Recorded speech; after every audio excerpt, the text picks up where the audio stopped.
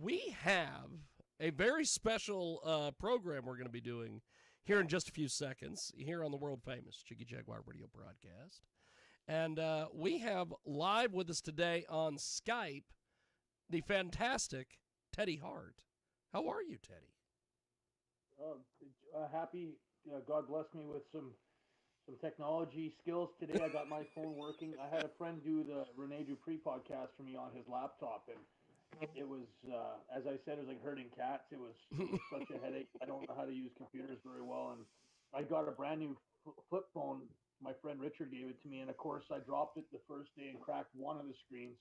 So normally it would be easy just to flip it, and I could have the one screen working. But today, obviously, it was everything was going wrong. Plus, I just got off work, so it's even working for me now. A 9 to 5 is like it's a new thing because the wrestling business obviously is it's put me on timeout for right now until I can Yeah. justify or tell my story at least with that whole Samantha Fiddler and that Peacock dangerous breed fiasco that they put me through. I never knew why they'd even express interest in a guy who never worked for WWE except for one Velocity match to put me on a network BC to do a documentary about a girl that went missing that I was never ever a suspect. And obviously I dealt with the law enforcement guys for years being on probation, and they were the ones that told me, they're like, listen, we know where you were because you were working with us, so we never had you as a suspect. We don't even know why these guys did that to you, but we are willing to be, I guess,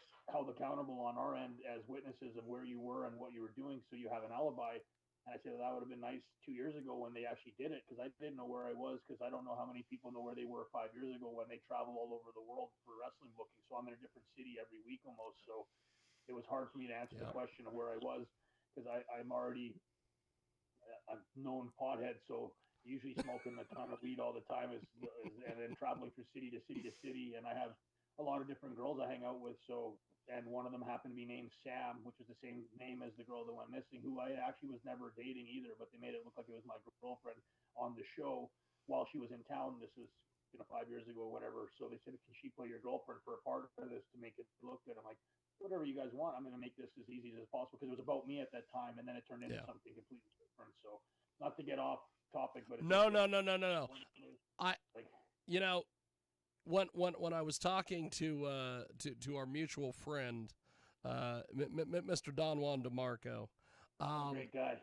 I told him that when I seen all I needed to know off of that Peacock thing was the fact executive producer Kevin Dunn. That's all I needed to know. They knew their And deal was done. Those guys, a lot of them knew the writing was on the wall, because the WWE, I think, had been talking about selling, and they were going to be off Peacock anyway. And I think there yeah, was a bunch of stuff. So that was like the last one they did. And I have a feeling that they were probably anti-Hart because of oh Brett yeah, being pretty hard on those guys for what they did to him and what they did to Owen and the whole situation, and just mismanaging, my family's name and my grandfather's good faith. That Vince McMahon did a wonderful job for a lot of years with the Hearts, and then all of a sudden, yeah, for whatever reasons, those guys went down that road. And I said to the guys on Renee's podcast that I had the worst timing in wrestling history. I was signed when I was 18, yes, and when I was 16, everything looked really good. Besides my brother, obviously getting sawed in half with the flesh-eating virus. He died of flesh-eating virus when I was, I think, just turning wow, 16, and lost both arms and both legs. And it was a really big thing, for the whole country, because they didn't know, that it could get that bad. Flesh-eating virus. He got it from a dirty wrestling mat. They think from wrestling around in the dungeon, maybe. oh, And my grandfather has a bunch of cats and dogs, and sometimes the dogs and cats would go in there and piss on the mats and stuff like that. It was all, I guess, all part of the mystique of going down and wrestling in the dungeon, and then dealing with the animals, because there's a lot of animals in the house. But for whatever reasons, he ended up getting sick, and they couldn't figure it out for the first week what was wrong with him. So my dad kept taking him back to the hospital. Like the third time, they finally found something in his lung, and it turned out that it was an infection, and it spread through his body, and he got gangrene really bad in his hands.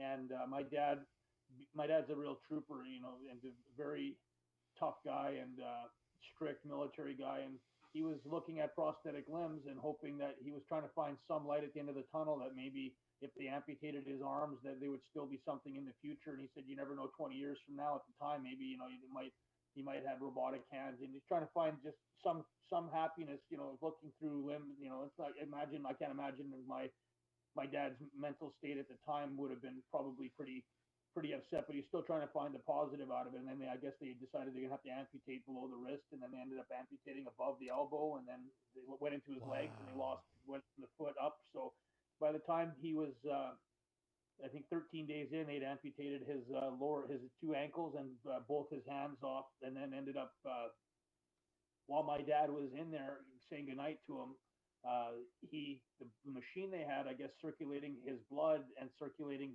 So I guess because he was getting bed sores because he wasn't moving at all, and they're taking like 70 pounds of water off of him a day. Wow. Me and Tyson Kidd are in there, and we hadn't gone in to see him for a few days. And I give my uncle Ross a lot of credit because he never left the hospital. And same with Harry Smith, he stayed in there the whole time. And I went in, and we thought we were pretty tough. And we went in there, and my brother had put on 70 pounds of water weight, and he looked like a balloon, and his hands were black, like blood. Wow. And from the gangrene before they amputated. And I remember throwing up in my mouth.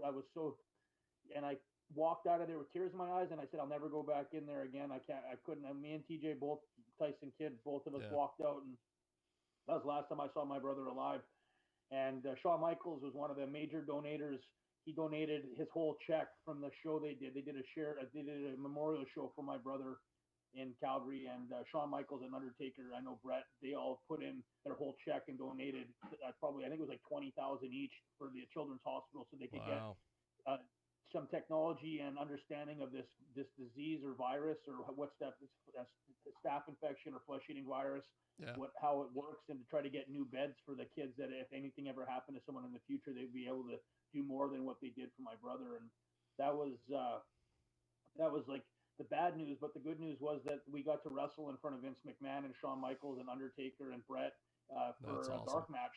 And they said, hey, you guys did such a good job in the dark match. We'll put you on the actual main show for one match. Just don't do too much crazy stuff because we're doing everybody's finishes. And we were little kids, we're just trying to have fun. And we wanted to show all the guys we'd done their moves and practice their moves. So we're doing the sharpshooter and doing the super kick. And Sean's like, doing the pile driver. Undertaker's like, as long as you guys don't do any of our finish, he's like, yes, go out there. You got like 15 minutes. Go steal the show.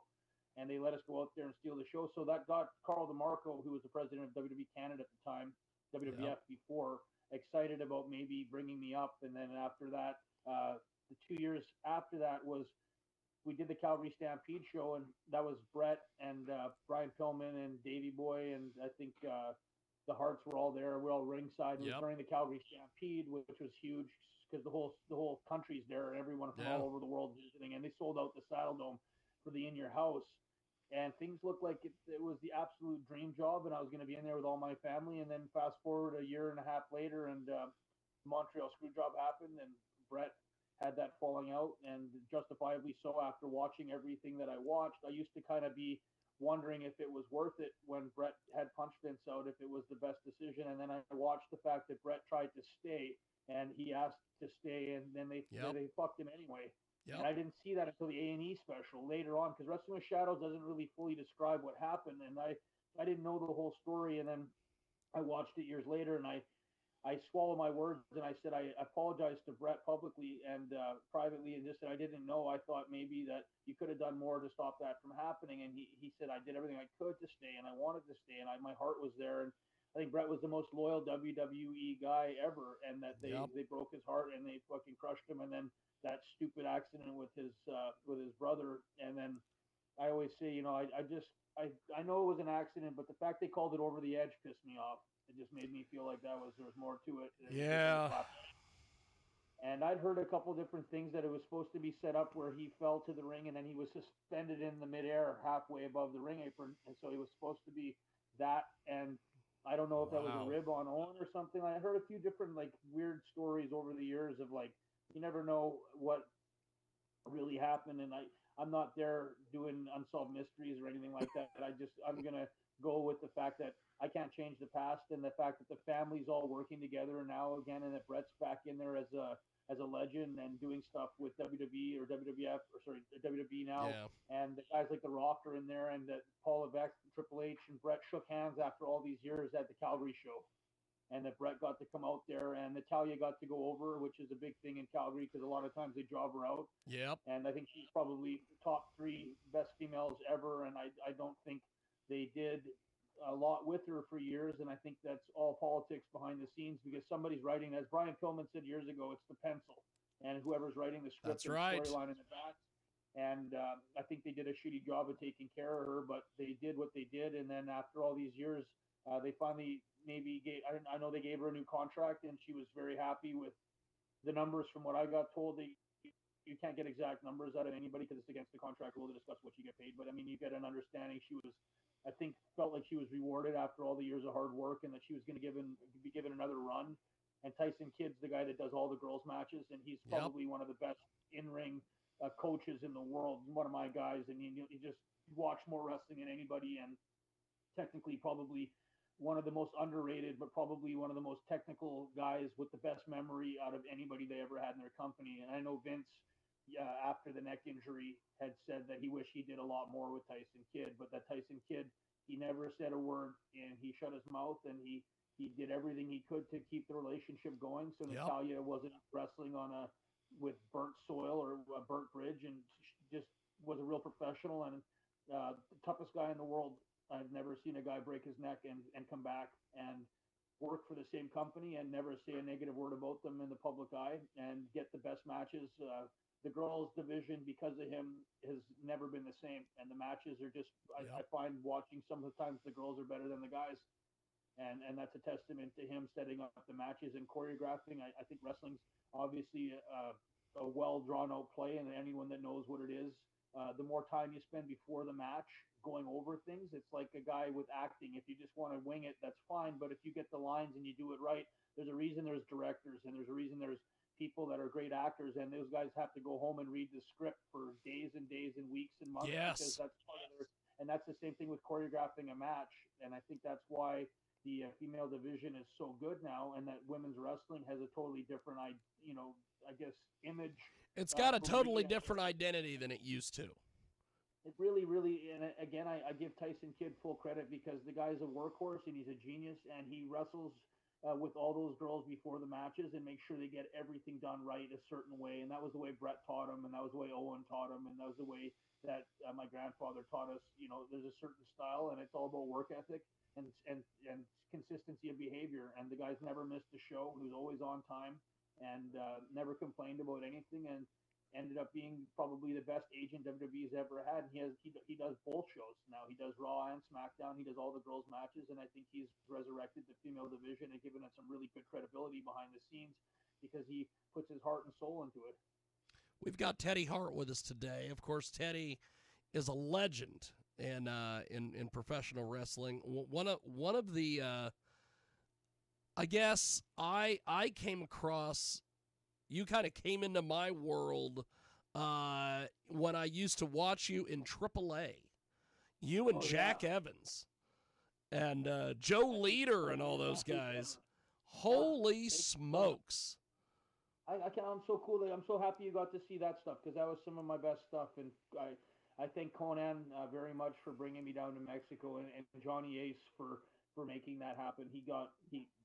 He knew I was getting released, and the second time I was in WWE, there's always stories of Teddy Hart blew opportunities. It's like the opportunity I had when I was 18. That's after Brett and Vince had the falling out, and I was there all by myself. And Owen was going through some trouble with his marriage and gimmicks he was doing on TV. I mean, gimmick, which is like character stuff, obviously.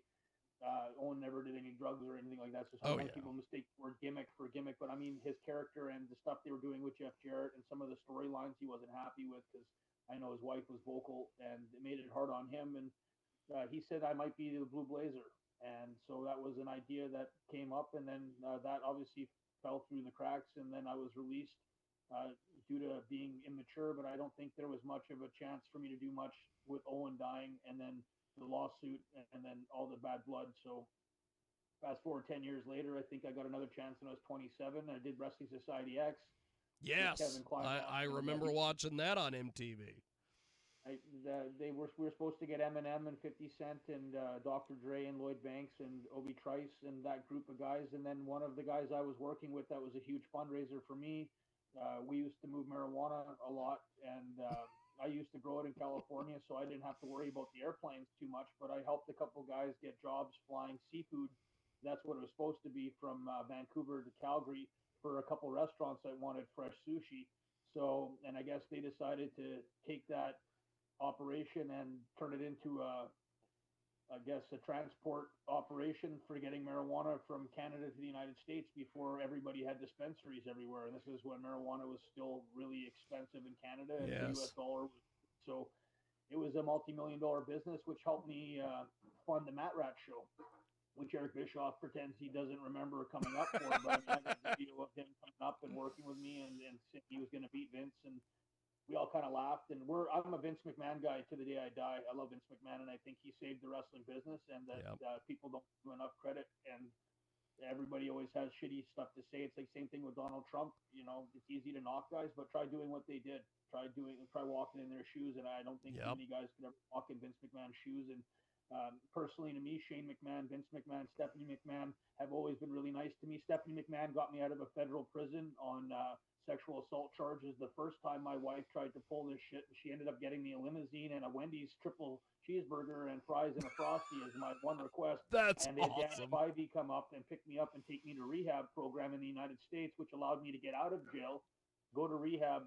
Even though I didn't have to go there, they did a favor, and they talked to the judge. I don't know how they did it or how much pull they have behind the scenes, but WWE is very powerful, and the people in there, they have friends everywhere. And so I guess a federal judge decided that it was better for me, instead of sitting waiting for these charges to become an actual trial, because I would have to go to trial. My wife ended up, ex-wife, recanted. This is the first time she did it as a stunt. She thought it'd be almost funny. I guess she charged me with sexual assault, and then wanted to hold me hostage at her house while she charged me. And I said, I can't, you charge me. Once they see me, they're going to arrest me. So one of my friends is a Freemason, and I'll go back to the story. Like I say, I'm jumping around, but it's so. Go ahead, they ended brother. up getting me. They were going to bring me in. I was going to join the Blue Lodge. I was all excited about becoming a Freemason and trying to work to be a Shriner. My grandfather was a Shriner, and my dad's dad was a 32nd degree bestowed York Rite Freemason, and so it was a big deal for me. And then that got cut out, and I'm sitting there with my wife laughing, and that she called the cops about sexual assault. I said, well, you need to recant. And she said, I'm not going to recant right now. And so by the time the whole thing happened, they ended up picking me up. I was walking down the street. They grabbed me and said, you got a sexual assault charge. We got to take you to jail. And so I couldn't get out. So I'm sitting in jail. It's like 2 months goes by, and I'm sitting there waiting for her to figure out if she wants to tell the truth, because she's afraid she's going to get charged for falsifying evidence and filing a false police report.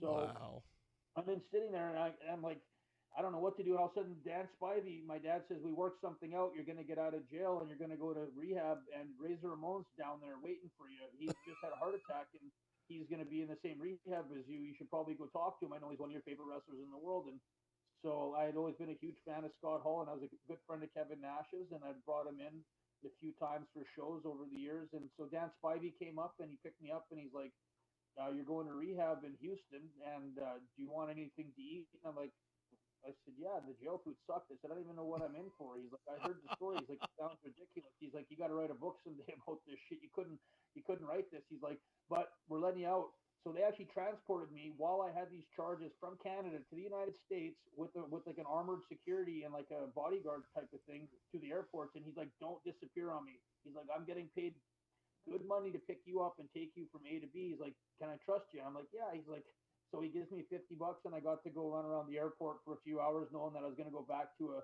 locked-in rehab facility for who knows how long.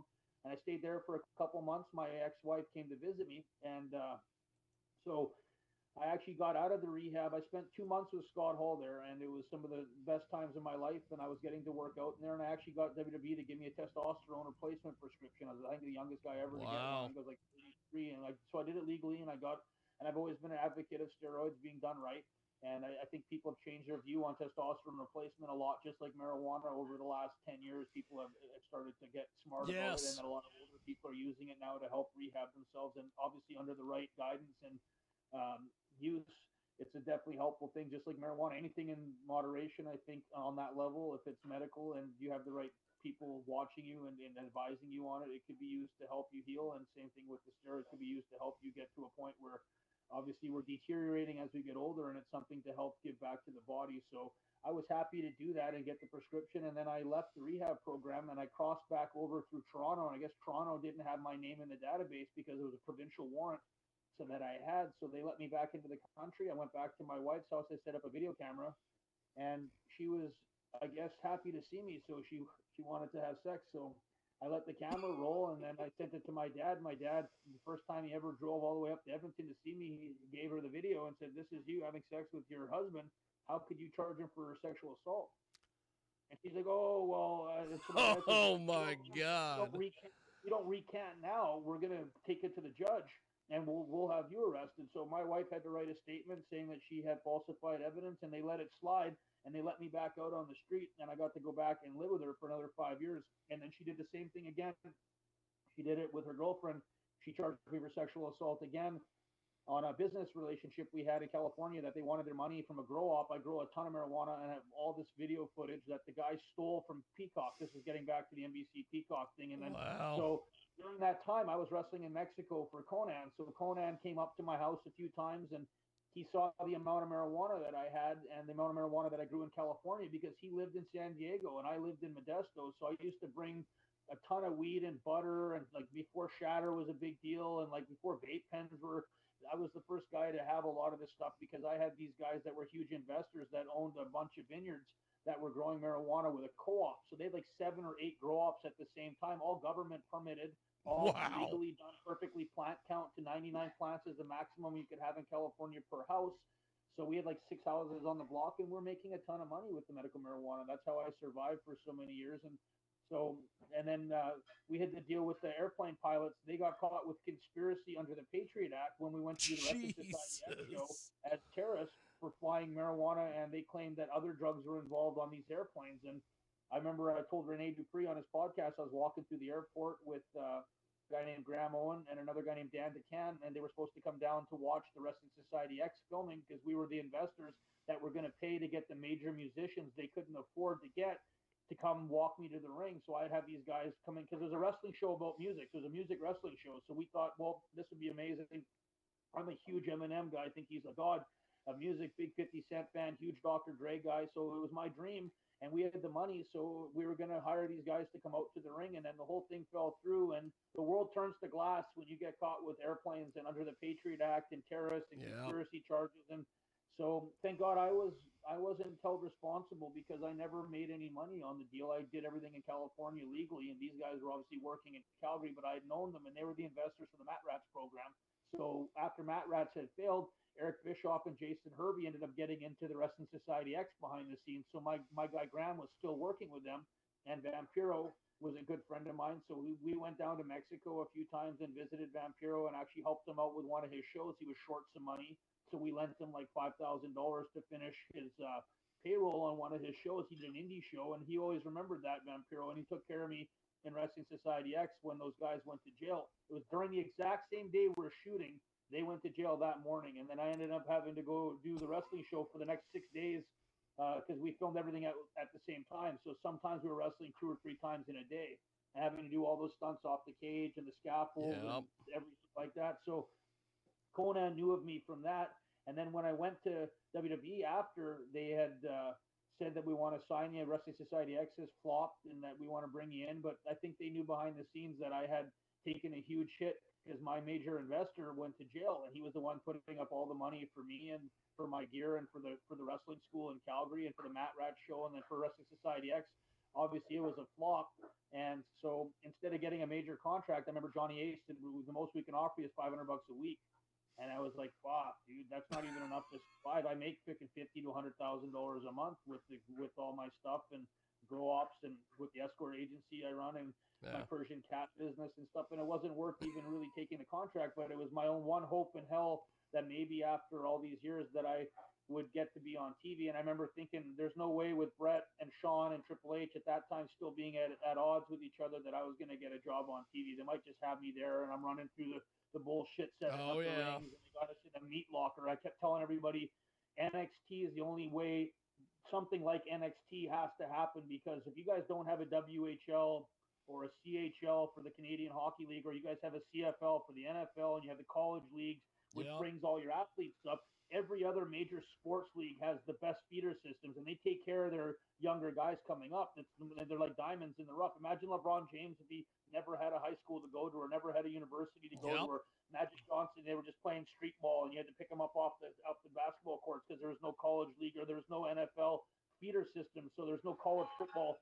It would be a nightmare. So I said to these guys over and over, I'm running a show which is training kids. Training kids is like training a doctor at 10 years old to be a doctor. By the time he's 20, he's going to be a lot better doctor than a doctor that just decided to get into medical school at 22, whatever. But my whole justification or understanding or methodology on it was training people at a young age to do things they want to do. So the younger you get them in the ring, the better they're going to be when they're older. So I kept expressing to them that you guys should do something to get your guys ready for the WWE. And then NXT happened right after I got released. So they ended up releasing me right after Brett wrote his book. And I remember getting a call from Johnny Ace in the morning, and he said, I don't think we're going to be using the Hearts. And I said, well, can I ask you what I did wrong? He said, it wasn't so much anything you did. He goes, but Brett has decided to not change any of the stories in his book. We've asked him to, and he's said absolutely not. It's his story, and I understand Brett, and fully justified. That's his life, and that's his story, and he wants to tell it, and he felt that that was the time and place that he was going to do it. I don't think he was thinking about that was when we were about to go on TV, and I don't think it would have mattered anyway, honestly. They would have found another excuse to fucking fuck me out of that job. And they ended up putting TJ and Harry as a tag team, and me and Jack Evans were supposed to be a tag team in WWE. So we were supposed to be the Hart Foundation, Jack Evans and I, and Harry Smith and TJ were supposed to be the Bulldogs. So there was, and then there was supposed to be the Hart Foundation.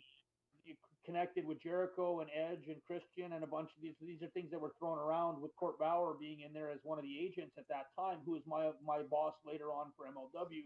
So this was all connected, and he said we can make a lot of money with the Hart Foundation. And I guess Bruce Pritchard and Triple H, whoever the guys that were in behind the scenes, kiboshed the whole thing, and they ended up doing Evolution with Randy Orton. It was supposed to be, I guess, us against Randy Orton, Cody Rhodes, Ted DiBiase Jr., and all those guys. It was supposed to be a big, 10-on-10 type of thing, or 8-on, but it never obviously panned out.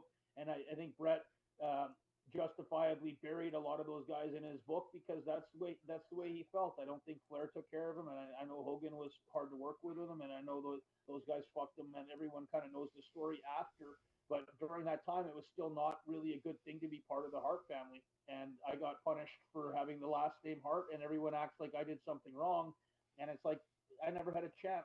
Really, I was 18 when I first got signed, and any other opportunity I had after that. The worst thing I did is I put a few backflips in Ring of Honor, and without, I guess, permission, even though Rob Feinstein built the cage for me with platforms on top of it. So what do you think we're supposed to do off the top of the cage?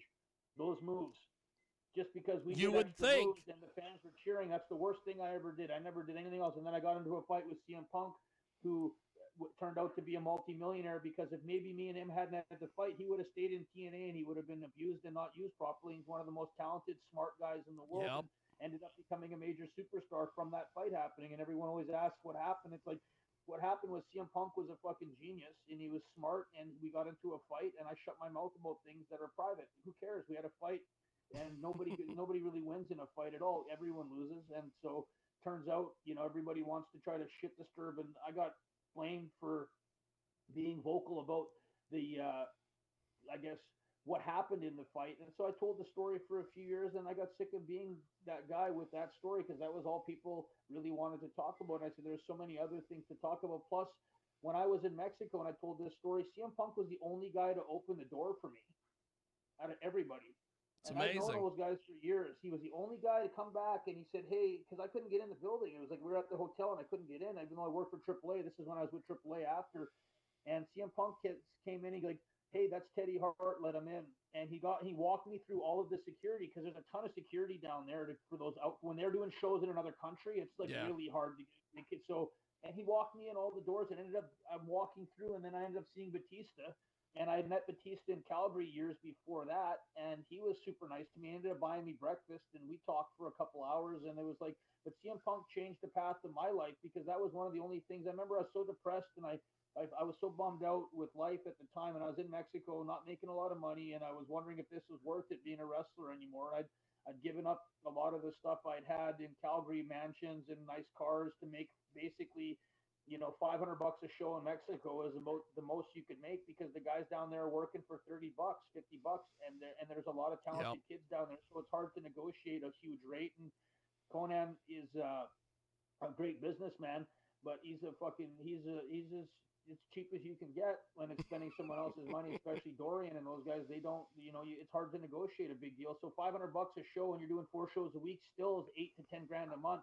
It's pretty good money down there to be Yes. living down there in Mexico. So I wasn't complaining at all, but I was just in my mind really kind of at a crossroads. And CM Punk opened the door and he let me in. So I actually collect tracksuits and I make clothes for a lot of the guys. And I have like the nicest tracksuit collection probably at that time in the world. I would think, like, I had over 400 different suits that I'd made, and my tracksuits start at like, $1,000. I go all the way up to like 5 or 10 grand. Wow. Like I've made my tracksuits are nicer than Ric Flair's robes, I would think, over the years.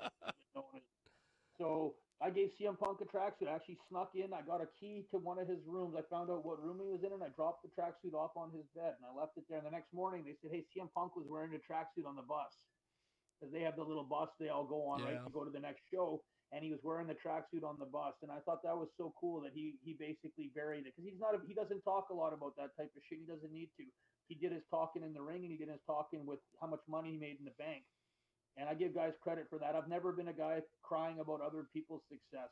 I've always been happy to see that wrestling itself is growing and it's doing good. And the guys that were with me over the years are all multimillionaires and successful, because I've lived a pretty wonderful life over the years, being a marijuana guy and having smart parents and having a business that I could concentrate on with my dad. We always had the gym, and a lot of investors and stuff in my time over the years that had been very generous with me. And I made a lot of money, and I had the money from WWE when I was 18, that big contract. So I got a $100,000 signing bonus or something like that, and I invested that money Wow. in California. So I lived a pretty good life for years. I drove a lot of nice cars. Randy Orton said to me one time, we were at WrestleMania in the same city, and he had a private gym. We just happened to pick the same gym that he was training in, and he was up in the gym training, and he said to me, he goes, I said, I don't think I'll ever get in WWE. And he says, you never know. He goes, but one thing I'll tell you, he goes, everyone knows your name and everyone knows your talent. And Yep. I have a brand new Bentley and I don't get to drive my car very much. He goes, I barely get to see my wife. He goes, so the fact that you get to spend time at home and enjoy your animals and enjoy your house and enjoy your car, he's like, look at that as a blessing, because as much fun as we have, we're on the road all the time. And he goes, it's a sacrifice, and it may be something that you realize down the road that you might have had. As much as you think you've lost, you've also still done a great job of being relevant, and you have a job in Mexico, and that you're still doing good, and that don't give up. And he was really, really nice to us. Randy took pictures with everybody, but I think he was world champ at the time, so he had the whole gym rented out just for him. We Wow. just happened to go there, and he let us stay in the gym and train after we were the only ones. And he was busy with his wife. I think that's when he started bringing his wife with him on the road. And he said that was the first time Undertaker had talked him into getting one of the trailers, so he could take the Oh trailer yeah. to one of the shows. So they had their own bus, and I remember Randy Orton had his own like monster truck in the back with his name on it, and That's awesome. that was what he traveled doing. So I thought that was really cool. And I don't So need to go over. so what I'm is all over the place. what is For me, what is nowadays look like for Teddy Hart? What are the plans that you have? Getting have there been any talks between you and like AEW or MLW or any of these? What's 2025 or whatever look like for Teddy Hart? for some reason the microphone sounds really weird right now. I don't know if it's coming across on your side, but it's really, yeah. I will back off. I will back off the mic. Yeah, that's not your fault. I think it's something with the connection, because it went from being really clear to now it's really staticky. I don't want to. I don't want to. No, no, no, no, no. I have enjoyed listening to your stories, by the way. So what does the future look like for Teddy Hart? Um, I'm really hoping that maybe Bret Hart gets a wrestling school in Canada, and maybe they do something like an NXT in Canada, or maybe an AEW, WWE feeder system where they have this school in Canada. That Bret's probably the smartest wrestling mind in the world and the best psychology, definitely, and probably the most talented matchmaker in the history of wrestling and storyteller. So I've heard that Bret has expressed an interest in maybe doing a school here in Calgary, and I have a few investors and friends that are they're huge Bret Hart guys, and he's Prime Minister of Canada to me. If Donald Trump won for president, Bret Hart could win Prime Minister of Canada. I know he probably won't ever do it, but I think he's the most popular athlete, most well recognized and respected athlete to ever come out of Canada besides Wayne Gretzky. And I think worldwide, Bret's even more recognized than Wayne Gretzky ever was. And it's just a matter of if he's given the right, I think the right assistance from AEW, if that's where he's going to work with, or with WWE, or both. I think he's one of the few guys that could probably send guys to both companies, and anyone that came out of Bret Hart's school would be sought after and hugely respected and very valuable. As again, my thing is about creating a farm system. There's a kid named Kid Chocolate, Mo Jabari, who's basically Bret's student, and he's just phenomenal and a really smart guy. And he's been here in Calgary running Dungeon Wrestling with my cousin Dallas, and they're selling out the pavilion every couple months, and they're looking to start expanding and maybe do a bit more, maybe working on a TV show up here and setting up a training center. There's a guy named Derek Starlight who works with the Muppets. He's the very first Native American puppeteer. I think he might end up with Sesame Street, being the very first Native American character on Sesame Street. But he works with Fraggle Rock right now, and he's an impersonator, and he does Kermit the Frog and Miss Piggy. But he's the very first Native American guy to ever finish Jim Henson's puppet school in LA and graduated with honors from there. And so he's doing live shows all over North America. But there's a really nice casino in Calgary here called the Grey Eagle, and one of the guys that's at the Grey Eagle, he's thinking about doing basically monthly shows at the Grey Eagle with Dungeon Wrestling, which is Bret's company. And there's the possibility of kind of creating two companies. One would be Next Generation Stampede Wrestling, and the other one is called Dungeon Wrestling, which is Mo's company with Dallas and with Steve, Jade's husband, which Jade's my cousin. And Steve Lambros, a really nice guy, very smart business guy, banker, and they've done a wonderful job bringing back wrestling to Calgary. And so that's kind of where I'm just watching and looking, and hopefully with I've been out of action for a long time, for like 3 years. I started wrestling again 3 months ago. I've had, I think, 10 matches, and the ring rust is starting to come off. I'm getting back to the gym more. I suffered a really weird injury, like Davey Boy. Have you ever heard he broke his back with a trap door in WCW? Yeah. So one of the rings has got a broken board, and the beam snapped up and hit me in the spine about 2 months ago, and I thought I cracked my spine. Oh no! Over all the years of my career, I've never been in so much pain. And I'm working a 9 to 5 setting up gym equipment. So, they pay me a lot of money to do this. It's a cash job. So you don't want to miss out on that type of opportunity. And I want to show people like Tyson Kidd and Natalia and my Aunt Ellie and all these people that have backed me up for years while I was going through all the shit with the jail and the headaches and the drug charges in the States. And again, a lot of rumors and shit and never accurate information being put out there by people like Hannibal or different guys that would just take cheap shots at me. And I'm not a big computer guy. As I said, I don't do podcasts really, or try not to, because I just don't feel like there was the right people representing my story, or they would interrupt, or they wouldn't be listening. And I go all over the place sometimes because it's a complicated story, or this is how it happened. So, and if you listen carefully, and you are a good, and you pay attention to movies and you watch and you actually care about what I say, you'll go back. And I never lie about anything. I've been very honest about everything. So I have a hard time when you try to pin a girl's missing whereabouts on me, or maybe a murder story, all of a sudden this, and you try to kill my reputation as a guy that has been helping. I've had matches with almost every guy on TV. Yeah, you've wrestled MJF. You've wrestled all the names. There's like 40 guys on TV, or that were on TV or are on TV now, or in NXT or in AEW that I've had matches with, and I don't think you could find one bad match I've ever had or one complaint about those guys. Any of them, if they were ever allowed to say anything about Teddy Hart, because they've made it almost like a bad thing if you talk about Teddy Hart or you mention my name. Like poor Brian Pillman had to go on TV publicly and say that he was no longer associated with me because he was afraid somehow that being associated with me was going to hurt his reputation as he decides not to use his dad's name and takes a gimmick on. And look, whatever those guys get, they'll take because they're so desperate to get a job, and the money is so shitty on the indies compared to the money you get in WWE that they have to take whatever they decide to write as a script. And again, I think up until literally a couple months ago, that if you're one of the guys from the Hart family at all connected to any of it, you're getting fucking the shit end of the stick. You could write a great storyline or you could write a shitty one. If you get a shitty one, you're losing majority of the matches and you're a loser. And even if it's fake or not, if you lose a lot of matches, that's just the way it is. And you're definitely not going to get the same push as a guy that's getting jobbed out all the time as a guy that's not. And if you get a good storyline or the guys like you in the back, then it might change. For me, it's just one of those things where there's a time and place for me. I would like to go back to gymnastics. I would like to learn a double shooting star. I did it before. Shane McMahon and I sat in an airport one time, another weird story, but I was in an airport with Shane McMahon. They shut down half the airport. And somehow I got through customs and through this, not customs, but through TSA. And Shane and his wife were sitting there. And he's like, I said, why didn't you take the private jet? He's like, I couldn't get, there was some problem with it. So I ended up flying here to get a flight from here to Canada for something he was doing.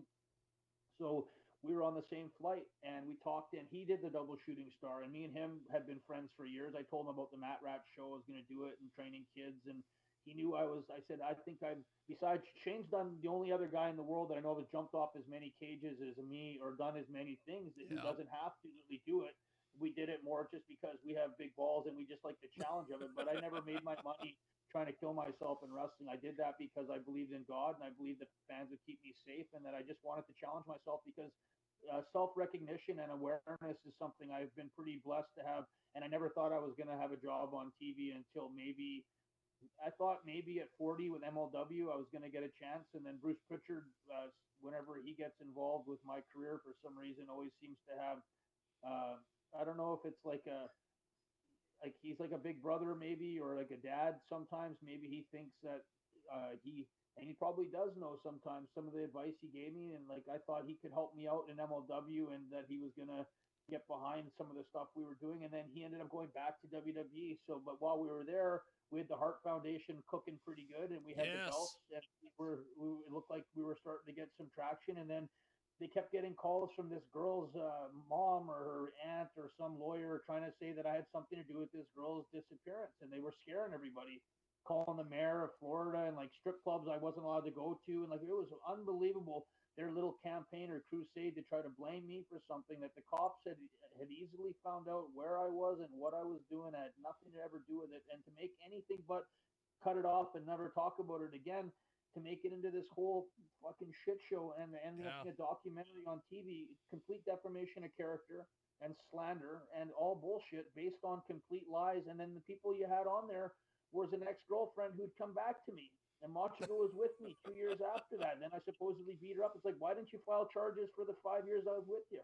Why isn't there a video footage of these girls that were supposedly sexually assaulted? Well, the one was an escort, the other was a porn star. And after years of steroids, I'm like a fixed cat. I barely ever had sex. That's why they care that they did porn and stuff, because, I mean, being straight up.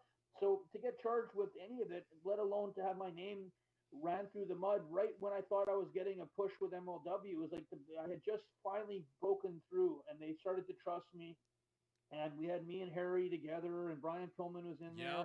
Those promos were amazing that you guys Brian would cut. Pillman's he's a great kid, but he's no Jack Evans. And I wanted Jack Evans to come into MLW, but he was in AAA, and they signed Jack to AEW. And Young Bucks are like my best friends. They're really good guys, and they were pretty clear to me that, do you think you're in the shape you want to be in to go on TV? It's one thing wrestling for MLW, on probation in 2 states with an ankle monitor and pissing in a cup for them every week and not able to smoke weed. Yeah. And I didn't want to be on TV, that type of TV, but MLW wasn't mainstream TV. I wanted a chance to go home, train. I hadn't been home in 6 years. I hadn't been home in 8 years. This is the first time I've been back in 8 years. I haven't been able to go to gymnastics. When I trained to do every move in the world. I learned the 630 when I was 18. I learned the double backflip when I was 19, 20, all these things. So after all the years of wrestling, I wanted to go back and relearn how to be a gymnast, go back, start doing yoga and stretching, and then come back as a different character. Teddy Hart, completely revamped, a year off, let my back heal, let my body rest, and I never got a chance to do that. And then by the time AEW wanted to talk to me, my lawyer is the same lawyer for Tony Khan. My name was dirt, and it was shit. If you talked about me, it wasn't good. So and again, that's all the mystique. That's the smoke and mirrors and bullshit lies and stories where guys will just tell a Teddy Hart story, and I'm like, that's so far off what actually happened. But it's just kind of like, oh well, it's easy to throw me under the bus, or it's politically correct to say something instead of saying something good, or guys are just scared. They interviewed 60 guys for the Peacock. 4 people said something bad. There was another 56 or 54 that all said good things about me. Not one of those interviews was used. And the other 10 guys that I had put on paper for them that they were supposed to actually talk about, Teddy Hart, good stuff, could have been Kevin Nash, could have been The Godfather, could have been Brian Cage, could have been MJF, it could have been so many people. Not one of those people was pursued after that. And then when they talked to me, I got a word from Tyson Kidd about 3 months before it aired that it's a complete shit show and they're basically cutting your legs off.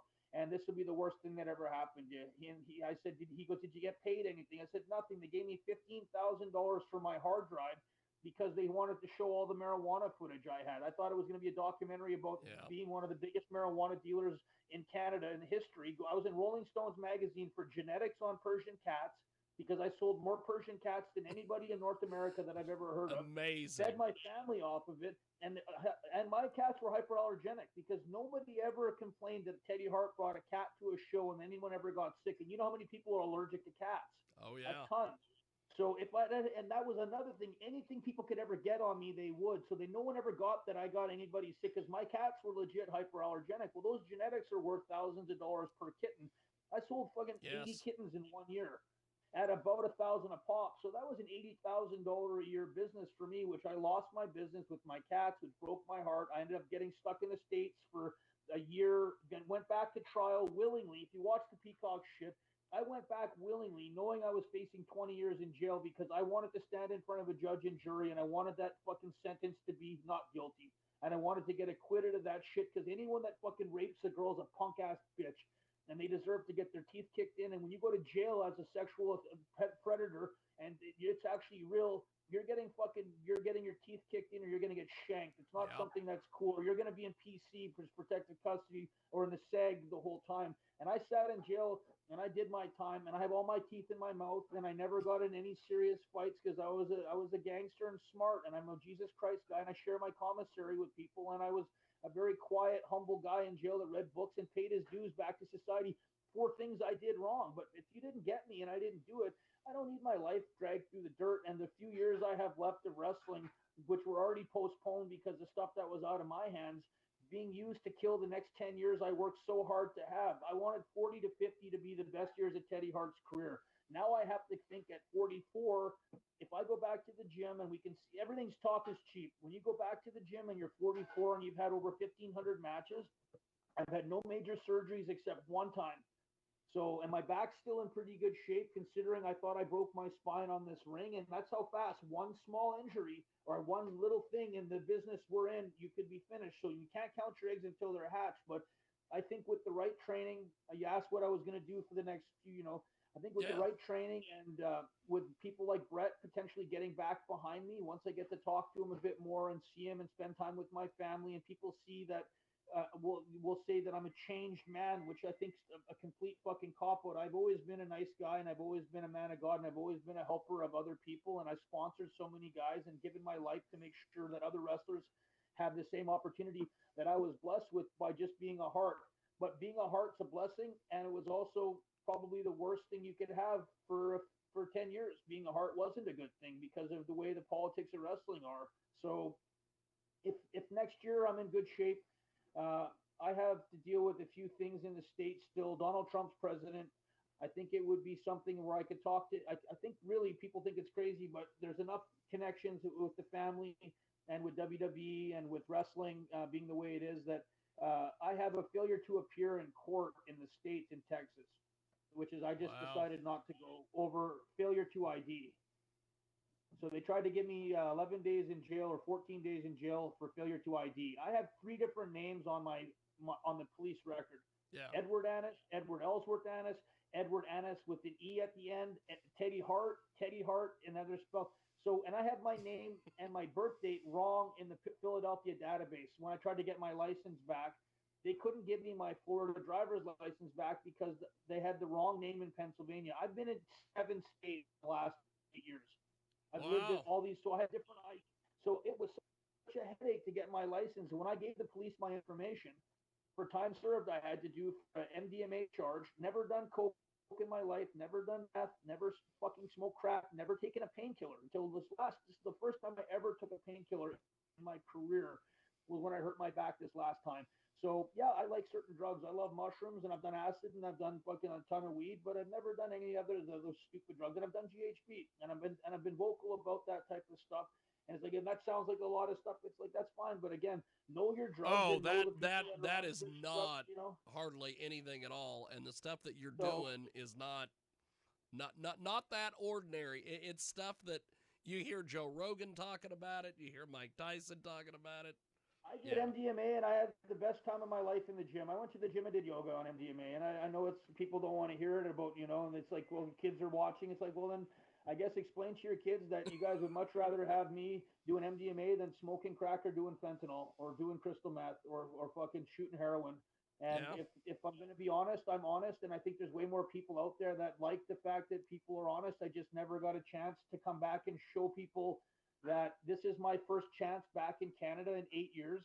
I'd like to see how I can promote Calgary and Edmonton, get the numbers of wrestling fans back up. The fact we had 16,000 people at the Saddle Dome watching Bret Hart was a big deal, and that was just the last show they did. And Edmonton had 19,000 people, and that was another big deal for Canada to be back on the map and Alberta to be running again. And AEW did a few shows here, and I know Jericho's got yeah. some plans of doing certain things with running his own promotion potentially. Scott D'Amore's also got plans of doing something. I know he bought the Yes, Maple Leaf Wrestling name, so there's yes. I just think for me to be in the States wasting my time wondering if I was going to get a call from people that I'd never asked to call me, considering they're good friends of mine. And I talk to the Young Bucks quite a bit, and they've always been advocates of my ideas about the trampoline ring or about adding certain types of padded floors and like maybe different things with the turnbuckles being on remote control, the top one. So the top turnbuckle could actually be raised like one of those cranes kind of where you like a TV antenna where you can Wow. press the button and you could raise it up another 2 or 3 feet. So guys like Ricochet, who I've been a huge fan of for my whole life, Neville and Will Ospreay, and I just think that AEW it's a slow burn, and people don't realize Tony Khan's not going to ever run out of money, and they're just going to Oh get yeah. bigger and bigger and better and better, and that these guys are all younger guys that are just about to hit their glory days, and that if people just keep watching the product and understand that we're so lucky to have wrestling on 4 or 5 days a week, and that it's a blessing, and it's a blessing for all the guys. And that's more of me. I'm a guy that if wrestling's doing well, I'm surviving because the Hart name's synonymous with wrestling, and the better the guys do, the happier I am because I have videos with all those guys, and all those guys had good experiences with me and great matches, and they would never had injuries or anything. And I think I probably taught a lot of those guys about having a big set of balls and that less is not more, and doing more is more, and doing it right, and doing it smart, and doing it clean, and the excellence of execution. They called me the evolution of execution. And that was something I was proud of when Rey Mysterio told me he thought I was the most innovative wrestler in the world. And that was a huge compliment that I got from a few different guys. That they said, you invented more moves than anybody. And you were one of the first guys to ever do all these different moves and to in kind of incorporate technical wrestling with high flying and innovation, and then have a character that I've never come out of gimmick. Teddy Hart is always in gimmick because there's no gimmick. I'm a guy that sold Yeah. marijuana on the street with airplanes and made millions of dollars on the street and had a mansion without ever making money doing wrestling.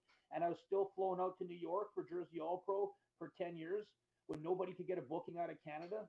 And I helped pave the way for guys like Kenny Omega and El Generico or Sami Yes. Zayn and Kevin Owens and a lot of these guys that are from Canada, and following in Jericho's footsteps and Edge's footsteps and Christian's footsteps, and tried to get in the ring.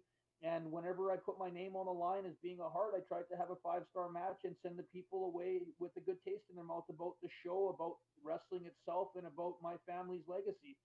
And to have that taken away from me was frustrating, but I'm not a quitter, and I continue to believe there's light at the end of the tunnel, and that God has a plan for me, and that I'm in the right situation now because I'm back home, and it's humbling, and it's freezing cold because I've been living in Florida and Dallas and different places. So it's -10 out tonight. It's not so bad. It was -20 last week, And I remember thinking, fuck, I don't know why I'm back here. This is so crazy, the cold. But again, then I got to see Mo Jabari and Dynamite Kid Jr. fill the pavilion up, and they had such a good match. I remember Wow. thinking maybe this is, and it was, I mean, 5-star.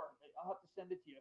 But it was just so cool to see. It looks just like Dynamite. I don't know if you've seen Tom Billington Jr. He looks Yes, I just seen like him. Dynamite. I seen So it's him so cool to wrestle. see him. He And looks exactly wrestles like Dynamite. Mo Jabari wrestles just like Brett, but a little faster pace because that's what Brett kind of told him. You got to Yeah. evolve. But he's like a recreation of Brett. Brett taught him all of it. But he moves just like Brett, and Tom moves just like Dynamite. So it's like watching Brett and Dynamite 25 years later at the pavilion. When I was a kid, I used to That's watch him. awesome. It's so cool to see how good Mo was at being Bret Hart's basically representative of the Bret Hart style, and his psychology and his timing was just fucking mind blowing. And he never gets enough credit for being one of the best wrestlers in the world. And I'm one of the guys that can say I've done everything, and I've been in the ring with a lot of the best guys in the world. And I was happy that Mo jumped in the ring and tagged up with me instead of being a pussy, because some of these guys are pussies right now and they can't get in the ring with me. They make sure to tell the promoter, hey, I can't have a match with Ted. They won't say it to my face, and then the promoter is like, I can use you, but only a few guys want to work because they're scared. And I remember I was thinking, what are they scared of? And he's like, well, some guys are afraid of negative publicity. Some guys are afraid you're going to hurt them because you do so much. And I'm like, have I ever hurt anybody? And these I guys think are they're no afraid offense, you're going to outwork them. and they're afraid of having to job out because in Calgary I'm still king. And so it's one of those things where the politics coming back to my own city after all these years is funny. There's a few guys that I'm working with now that they couldn't do anything for the first couple months, but now that I've been here and according to I'm on good behavior, which is another it's just more bullshit. But I've always been the same person.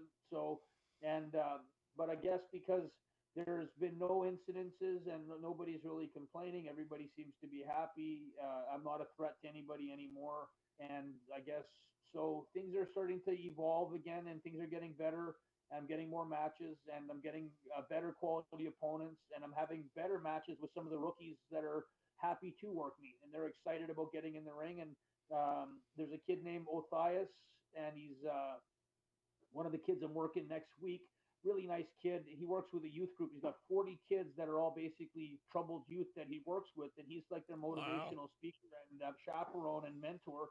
And his dream match was to get to wrestle me. So we've had now 3 matches. We're going on for number 4. But when I got back, I hadn't had a match in 3 years, and they put me out main event in front of 500 kids in Erskine, Alberta, which is some little town. But I guess the curling rink decided to give us the building, and they had all the kids from the elementary school there and junior high, and it was the loudest crowd I've been in front of in years, and it was all kids, so we stole the show. That's And awesome. I hadn't had a match, so I'm like, if I can do the backflip, I'll try it off the top. So I'm like, okay, to the floor. I'm like, I don't know, man. I said, you know what, do or die, might as well. If I don't have the balls to do it, I might as well just quit wrestling now.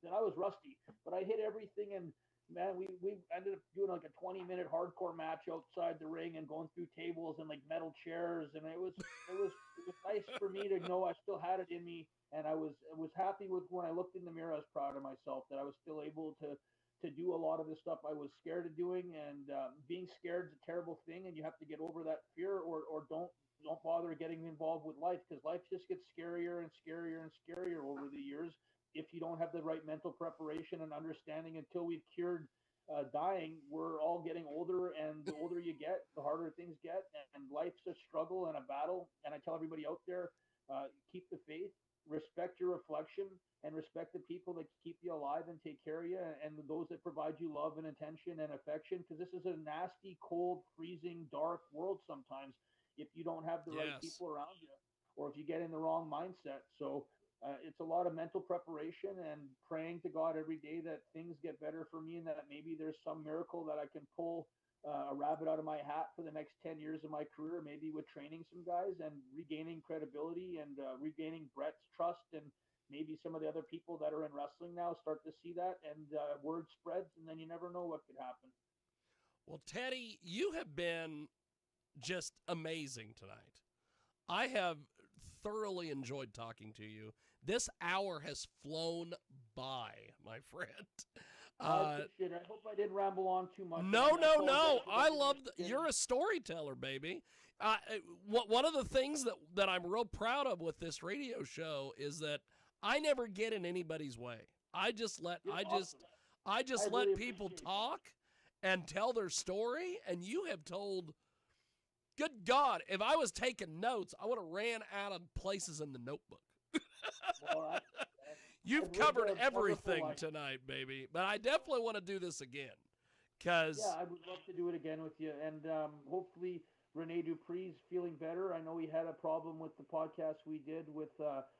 He said potentially drinking and taking some pills, and that it was a bad mix, and that he apologized to everybody that was out there Wow. watching. I don't know what exactly the details were. I just know that I was kind of unhappy that a few times I was talking and I was interrupted on stories that I thought were pretty important, and I was being very concise with him, making sure that there was everything Yeah. from one A B C. With you, I was like A Z F Oh, G. I loved it. I loved it because you You're such got a smart guy. everything. Once I knew you watched me in Mexico, then you knew who I was, and you know what Oh I've been yeah. through. I thought from that point I could talk to you like a older fan and friend of mine, and I could Yeah. go over things and I could bring things back and forth. And you were educated enough and smart enough.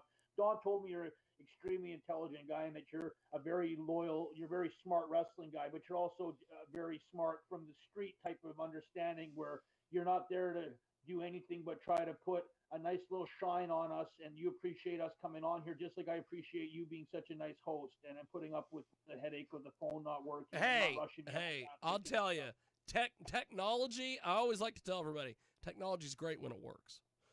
Yes. It's like fucking, like I said, herding cats. It's almost impossible. I don't know what to do. So, By the way, but one thing I've got to ask you before we go, how in the world did you teach the cats to do a moonsault? oh man, you know cats land on their feet, so I I actually learned how to do the backflip a lot more gracefully from watching my cats. So when I was doing the NBC Peacock thing, before it was NBC Peacock, it was Open Sky Pictures, and they came in my house, and I have a balcony at my house, and I had like I think I had like 35 cats at the time, and Okay. so when you get them as babies and you throw them onto the bed, they land on their feet automatically. So Oh once yeah. they realize that they get a treat, they would line up to get backflip because they love getting thrown in the air and they're landing on a soft bed. So the guy said, "Look, do those cats like it? Are you hurting them?" And I said, "Well, I said you sound like a shit disturber." I said, "You don't. Are you looking for a reason to get me shut down?" I said, "Because I throw the cat 20 feet in the air and I catch him every time. He loves it." I said for the cats, it's like athletics. When could a cat do a backflip otherwise? And once it's aware it's doing a backflip, the cats are landing on a nice soft mattress and then getting a piece of steak after for doing it. They're pretty happy with that. You watch what tigers do for the gut for Siegfried and Roy and these different. There's a couple. Think about some of the stuff dogs do, or they're a lot smarter than as long as you reward them and they're not being hurt. If the cat doesn't want to come back, try catching a cat that doesn't want to do a backflip. He's going to scratch the shit out of you and bite you. Yes. So, and then if they're sitting on the turnbuckle, obviously they trust me, and I'm taking them on the road with me. And no one ever had a story of my cats doing anything but being well behaved, never pissing or shitting anywhere ever, and always being basically the highlight of a lot of people's night because they got to see the Teddy Hart cat and they got to hold it and take a picture. I love looking at videos and photos of you and the cats. I'm a huge cat guy. We've got like 7 of them here at the house. I have 3, and the girlfriend has like 6. So we got plenty of cats, baby. Oh, I'm so happy to hear that. So obviously we don't know each other that well, but I hope this becomes a friendship, and maybe we could get you up here to do some commentary. Oh God, I would love to go to Canada, or as my good friend Ross Long refers to it, Canada. So yes. Well, if you could have me on again, I would love to. Oh yeah, I would love to do it. I'll get with Dawn and we'll get it figured out, my friend. I was so scared. I was going to be like, I'm flustered. I just got off work. I had a long week. I'm trying to get situated, and then I'm like, this thing's not working. I tried getting a laptop to work. I don't know how to work I just got a laptop. Someone gave me a brand new laptop, and I don't have the password. I had to call him, so he's trying to send me a message on the phone. I answered the phone, and then our video got cut off. and I couldn't get back onto the thing. And I'm like, God damn it! I'm just gonna cancel the podcast. And then finally the phone worked, and the lady that was here was nice enough to go. And she doesn't know me that well either, but she's a very kind-hearted lady who went out of her way to make sure I had a bedroom and a place to stay because Yeah. it's hard for me to get a hotel sometimes in Calgary because the hotels are booked so far in advance. Also, I don't have my credit cards and stuff under my name yet because when I came back to Canada, right before I came back, I was in a really bad car accident and I lost my US passport and I lost Wow. my bank cards. And because I didn't have a second piece of ID, I was never able to get my bank accounts to be reopened. So I've left like $20,000 in two bank accounts and it's just frozen. I have no way of getting it Oh out because I have no no. other. And if you don't have activity on your checking account, your savings account's automatically then held in, I guess, in under investigation because it's suspicious behavior because I was trying to log in and I couldn't get in, and then when I tried to go online to do it, they need certain things to get online identity verified, and if you can't Holy verify it, smokes. you're so I lost all my Bitcoin and I lost two of my bank accounts Oh and ended up no. losing my car because I couldn't even get my car out of the impound because I didn't have a second piece of ID to get my car out of the impound that was paid for cash, my Maserati. So I ended up losing that too. So I came back to Canada with no car and with limited amount of money. And thank God a few friends of mine had said, "Hey, here's some money to get back on your feet. We know you're usually extremely successful and smart, and you always come up with something, but marijuana is legal in Canada now, guys. I don't have a job." So they have dispensaries everywhere. So I used to be like the walking dispensary with all the best weed in the world and shatter and oil and man, there's a dispensary on every corner here like the liquor store. Canada's completely legal. So I have no job except for wrestling and there's not a lot of shows that want to book me right now. So I'm like, damn, I better get a 9 to 5 job. And I was lucky to get a job setting up gym equipment for my friend who was trying to come up with a gym equipment line for wrestlers and new equipment and kind of reinvent all of the gym equipment and make it way more state of the art and a little bit more technology and like flexible and three or four different machines at once or like different exercises that you can do leg press at the same time as bench press and like so you can be working two different body parts at the same time and like they're really breaking down what's the body Wow. capable of and if there's a new way of working out and if there's a new way of eating and dieting and different food options and different elixirs and different drinks and like studying a lot about the body and what heals the body and what's good for you, you know, and what's all the chemicals that are out there, what's the long-term effects of a lot of these things, and like I've been studying a lot about healing and about natural holistic medicine and different drinks and fresh juices and like that there's cures for almost everything out there that are completely natural. It's just a matter of Yes. finding the right botanist and the people that do this type of medicine. There's a guy named Callie, I think his name is. I'm going to come back if we can do this Oh yeah. again. I'll Well, come well, back we're to we're spot we're gonna do wrestling this again. Yeah, we're definitely gonna do on the this health and again. wellness side of it because that's the other thing I'm working on is basically just how to prolong the human life and to be as efficient as possible for as many years as possible because I've lost some of the best years of my life sitting in jail and being on probation and having an ankle monitor and restrictions that some of this stuff was my own fault and sloppiness from driving with drugs in my car and not being more aware and driving really flashy cars and not realizing that I had certain things in my pocket and Yeah. being a typical stoner and not paying attention to some things and it cost me. And those are things I take on the chin myself. And I like I say, I did my time and I would like to get my life back on track, but it's not as easy as you think. And it's a work in progress. And I'm happy that I'm alive and healthy and that I have a roof over my head and a hot shower and a bed and a pillow because these are all things you take for granted in life until you lose them. And then all of a sudden you're Yeah. sitting there homeless with 50 grand in your bank account and I can't access my money. And if my dad's not sending me any money, I can't get a hold of him. I don't have a phone. I couldn't get my phone back on me. Like, you'd be surprised when the smallest things, all of a sudden you're not online and I can't Yes. get my bank account and I can't get my phone on. And all of a sudden I'm stuck in another country. I haven't been home in 8 years. I can't even get an airplane ticket to get back. Thank God someone had my Canadian passport at a gas station. I had left it there. And the guy called me like 4 months later. He's like, hey, I have your Canadian passport. You left it here after the car accident. And I'm like, damn, that's the only piece of ID I had. So when I tried to get back on a plane, thank God I had my Canadian passport. Otherwise, I wouldn't even been able to get back to my own country. Wow. That's how crazy it gets. So I am working on a comeback. It's a bunch of different levels. Like I say, I'm working on doing some more training with animals. I really want to do a red panda I think they're extremely intelligent, and I'm trying to work Wow. with an otter. So I have a couple of friends that have otters, and the otters are really smart. So I would like to bring an otter to the ring and do something with the otter to put some emphasis on endangered species that are extremely smart, and give them a place to do stuff with. But I'd like the cat and the red panda to interact, and that's something I'm working on. We have some red pandas at the Calgary Zoo, and one of my friends was getting the red panda to do pull-ups. So if you have something to look That's at on the awesome. computer, go into the YouTube and type in red panda doing pull-ups, and study about that animal, because I think that animal is going to be something that you'd be absolutely fascinated about. And I'm a huge, huge animal guy, dogs, cats, but I really want to do something with a dog in the ring again, because Davy Boy Smith, obviously one of my favorite uncles and one of the nicest human beings ever on the planet, just a sweetheart of a man. And Harry Smith, uh, I'm a little mad at Harry for not having my back in MLW more, but I did some stuff, and with him living such a clean lifestyle, I think even me smoking pot or hanging out with escorts and strippers might have been a little heavy for what he's used to. And he works so hard on keeping a clean image that I can understand his apprehensiveness of maybe putting his neck on the line for me at times. But I just want to say congratulations to him.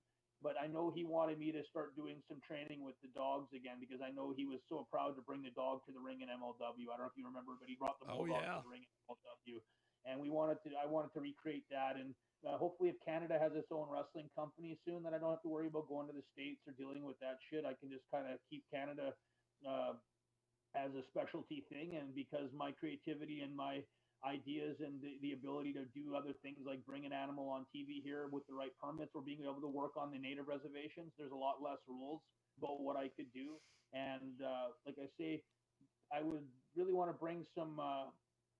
I really want to bring a couple of cool different animals on TV again, without PETA or any animal rights groups trying to talk any shit.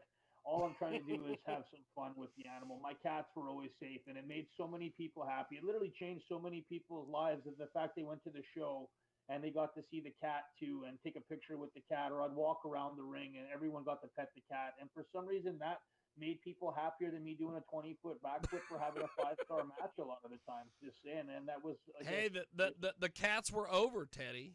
he got a bigger pop in GCW, the cat, than Mr. Velvet got a bigger pop than I did. And he was sitting on the turnbuckle, and he never moved. He never blew his spot. So, He but never blew his spot. That's entertaining. he actually did a pin one time on Orange Cassidy. He had a match, and he did the 1, 2, 3 on Orange Cassidy. He beat two guys, I think, and the cat helped get the pin. That is But just awesome. I appreciate your willingness to listen to all my funny stories and craziness, and to keep to follow me through it, because Oh yeah. there's a lot Oh of stuff. yeah. So I like to think that after this evening I speak Teddy Hart. well, So you do, and like I say, I'm a pretty I say I talk. I think I can get the most words in per minute per podcast in the history of podcasts. oh, And I I'll try to tell tell as you, many there stories. there was a couple stories there. You were just firing off, and I'm like, I don't have a way to jump in here, so I'm just gonna let him talk. I appreciate it. And again, I only have so much time in my life, and I don't know when I'm ever going to be on again, because every day is a precious day. You never know when it's your last day here. And I had a lot of friends and accidents, and I've seen things where, you count your blessings and hope that you got 50 years, 100 years left on the planet, but you never know. So I had that, I guess, mindset sometimes where if this is the last Teddy Hart interview, knock on wood, then I got to say as much as I possibly could in a 1.5 hour period of time. And hopefully, these are stories that keep people smiling over the years and motivate people that are in a dark spot, that no matter how dark it gets, if you keep faith in God and you surround yourself with good people and you don't give up, things will get better. And there's light at the end of every single tunnel out there. And that life's a journey and a struggle, but life's also extremely beautiful and a blessing. And we're happy to be alive and living in Canada, a wonderful country where I can smoke weed and go to a dispensary now. It was one of the things I fought for as an undercover, working for the RCMP and doing all the marijuana activist stuff over the years, and battling a lot of different drug cartels over the idea that marijuana will be the #1 drug in the world, and you'll make more money off that drug and keep the world safe, because we all live on this planet. And if you kill all the world off by fentanyl and meth and coke and crack and Mm. heroin, then fuck, dude, we've killed all of our kids. and the whole world's fucked, and everything we ever worked for with technology so we could live forever and have a beautiful planet, we could heal this planet with technology, won't even be worth the shit because all the people are going to be on fucking drugs that never made anybody smile. Yeah. Yeah. So, well, but Teddy, that's you have been amazing. I cannot wait to do this so much, again. my brother. Thanks too. I can just tell how good of a guy you are. I can see your smile, and I can see the energy from you. I'm an empath, and I really appreciate you being such a nice guy and giving me a chance to talk. Well, you are amazing, and I definitely look forward to doing this again. Have yourself a wonderful evening, Teddy, and I will talk to you soon. God bless you. Maybe I'll call you later on with Dawn. The three of us to just have a little chat and just let me know. Hey, that's fine. Yeah, feel free to give me a holler, sir. Dawn, I love you very much.